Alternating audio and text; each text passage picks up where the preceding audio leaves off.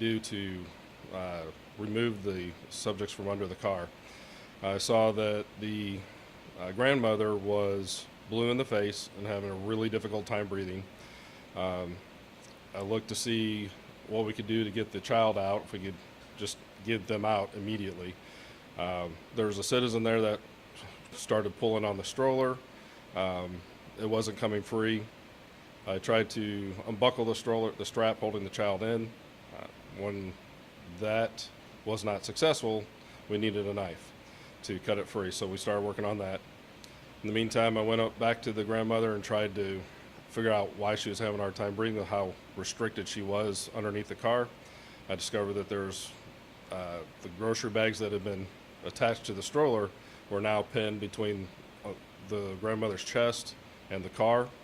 I was able to start removing those items, which allowed her to start getting a more complete breath. Once they got the child out from the stroller, we began working on cutting the items free to remove the stroller itself, which then allowed us to remove the grandmother. So, How fortunate are they right now that you were there, that these people were there, and removing stuff? they're extremely fortunate. There was the young man that had the presence of mind to get his floor jack and lift that car. I sincerely believe that without him taken those actions, I don't think the grandmother would have lived long enough for me to even get there to help her the rest of the way. And so that was vitally important. And then obviously the firemen on the other side trying to help us cut this stuff out, and it was just a huge team effort. And then getting them to the hospital as quickly as they did, that was amazing effort. You had a great response, but now you go back and you see the video and you saw everything that went through. How do you feel? I'm very thankful that they are still alive and still have the opportunity to hopefully spend the Christmas with their families.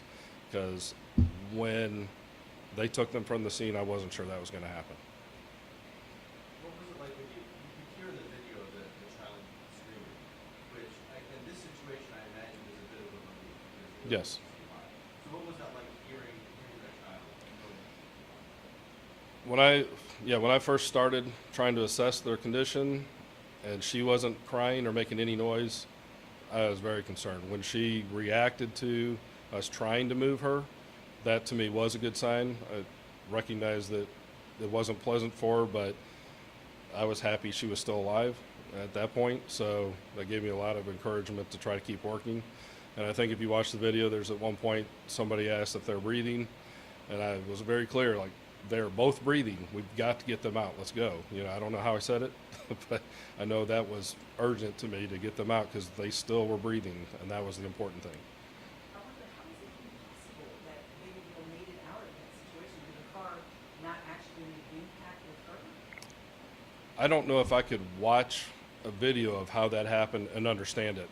The position that they were in under that car, 28 years of law enforcement, I don't, I've never seen anything like it, so I don't know how to even explain that. Any other questions? Have you ever been involved with something like this before in your 28 years? I've been to some horrific car crashes. I've been involved with a lot of things. So I've been to high stress situations, if you want to call it that. This one, it was precarious because the jack was on a very thin little piece of metal on that, and I know I bumped it twice, and people kept telling me, I kept hearing somebody say, hey, watch the jack, and I know both times I bumped it, it moved, but we had to get him out. There was no other option, and she had to be able to breathe. So it was just an urgent situation, but it wasn't hopeless, and that was what was important. Have you seen them since? I have not. I've called to check on them, and they're both still with us. And so, like I said, they have the opportunity, hopefully, to fully recover. I hope, and that's the important thing. This has got to be, given the rescue effort at the time of your use, how are you feeling after having been a part of this? It's got to be an emotional situation. Well, I feel awesome. Obviously, I'm standing here in front of you guys. You know, I appreciate that, but I was not the only person there at all. Again, had that young man not jacked that car up, it'd have been a completely different situation, I believe, for the grandmother at least.